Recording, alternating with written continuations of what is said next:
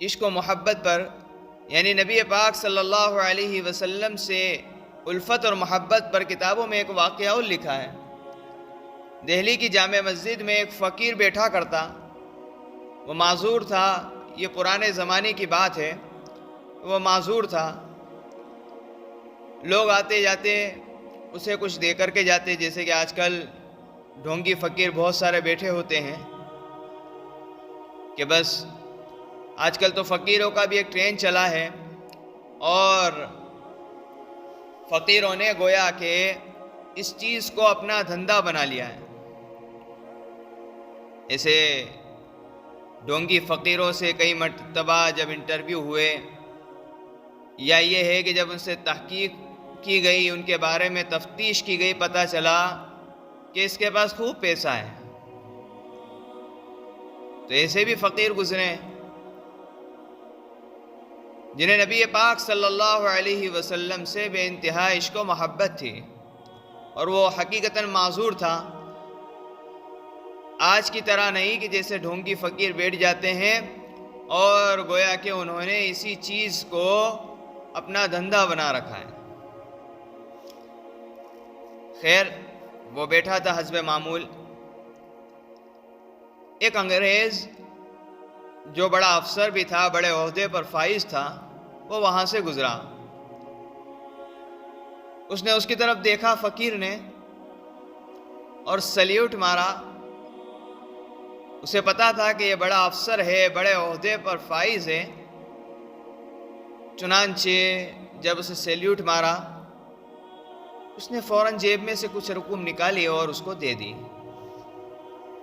اب جو اس کو جامع مسجد کا جو معائنہ کرنا تھا، گھومنا پھرنا تھا، دیکھ کر کے چلا گیا۔ گھر جا کر کے جب اس نے دیکھا انگریز نے کہ میرا پرس تو غائب ہے، میں نے فقیر کو دینے کے لیے پیسے ضرور نکالے تھے، لیکن اس کے بعد پتہ نہیں پرس کہاں چلا گیا۔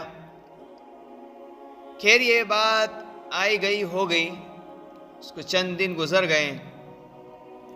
کچھ دنوں کے بعد بیوی کے دل میں بھی ایک اشتیاق ہوا، ایک شوق ہوا کہ آپ مسجد میں گھومنے کے لیے گئے تھے، مجھے بھی گھما کر کے لاؤ۔ چنانچہ یہ انگریز اس کی بیوی کے ساتھ جامع مسجد میں دوبارہ آتا ہے۔ اس فقیر کی نگاہ دوبارہ اس پر پڑی،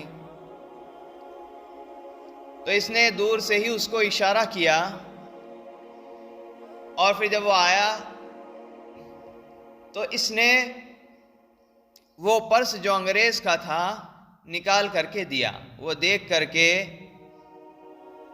بڑا ہی متعجب ہوا، اور اس سے بڑی اس کو تعجب کی بات یہ لگی کہ جب اس نے پرس کھول کر کے دیکھا تو اس میں جو جو چیزیں پڑی ہوئی تھی، من و عن، وہ ساری چیزیں اس کے اندر موجود تھی۔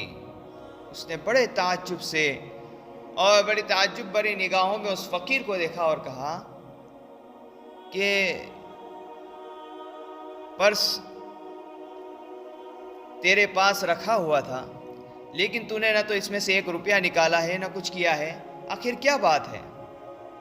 اس نے کہا کہ آپ جب اس دن آئے تھے، مجھے پیسے دیے تھے، پھر جب آگے جا کر کے آپ پرس رکھنے گئے تو آپ کا پرس جو ہے زمین پر گر گیا، اور آپ کو اس کا اندازہ نہیں ہوا، لیکن میں نے دیکھا اور میں نے اٹھا کر کے رکھ لیا کہ شاید آپ آ جائیں، میں دوبارہ دے دوں، لیکن آپ چلے گئے۔ چنانچہ جب آپ آج آئے ہیں تو میں نے آپ کو یہ پرس لوٹایا، لیکن میں نے اس میں سے ایک بھی چیز نہیں لی۔ کہا کہ اس کی وجہ کیا ہے؟ تو نے کیوں نہیں لی؟ تجھے اس میں اختیار تھا، تو چاہتا تو یہ کر سکتا تھا، لیکن پھر بھی کیوں نہیں کیا؟ اس نے یہ کہا کہ دیکھو، تم حضرت عیسیٰ علیہ السلام کی امتی ہو، اور میں نبی پاک صلی اللہ تعالی علیہ وسلم کا امتی ہوں۔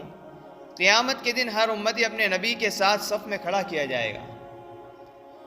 تو مجھے یہ ڈر تھا، مجھے یہ اندیشہ تھا کہ اس برے کام کی وجہ سے، یعنی اگر میں آپ کے پرس سے کچھ پیسے نکال کر کے رکھ لیتا اور میرے اوپر چوری کا ایک دھبا لگ جاتا، تو کل کو قیامت کے دن حضرت عیسیٰ علیہ السلام کہیں نبی پاک صلی اللہ علیہ وسلم سے یہ گلہ نہ کرتے، یہ شکوہ نہ کرتے کہ تیرے ایک امتی نے میرے امتی کا کچھ پیسہ لے لیا تھا یا پرس میں سے کچھ پیسے نکال لیے تھے، میں نے اس وجہ سے جو ہے تمہارے پرس میں سے کچھ بھی رقم 1 روپیہ بھی جو ہے یہ نہیں نکالا۔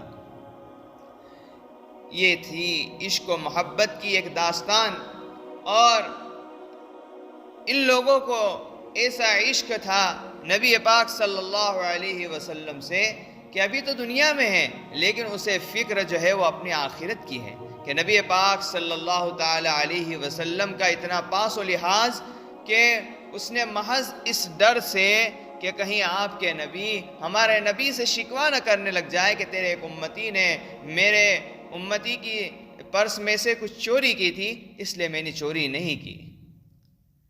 عشق و محبت کرنے والے اور نبی پاک صلی اللہ علیہ وسلم سے ایسے الفت رکھنے والے دنیا میں تھے اور اب بھی ہیں، ایسا نہیں ہے کہ عنقا ہو گئے، اب بھی ہیں۔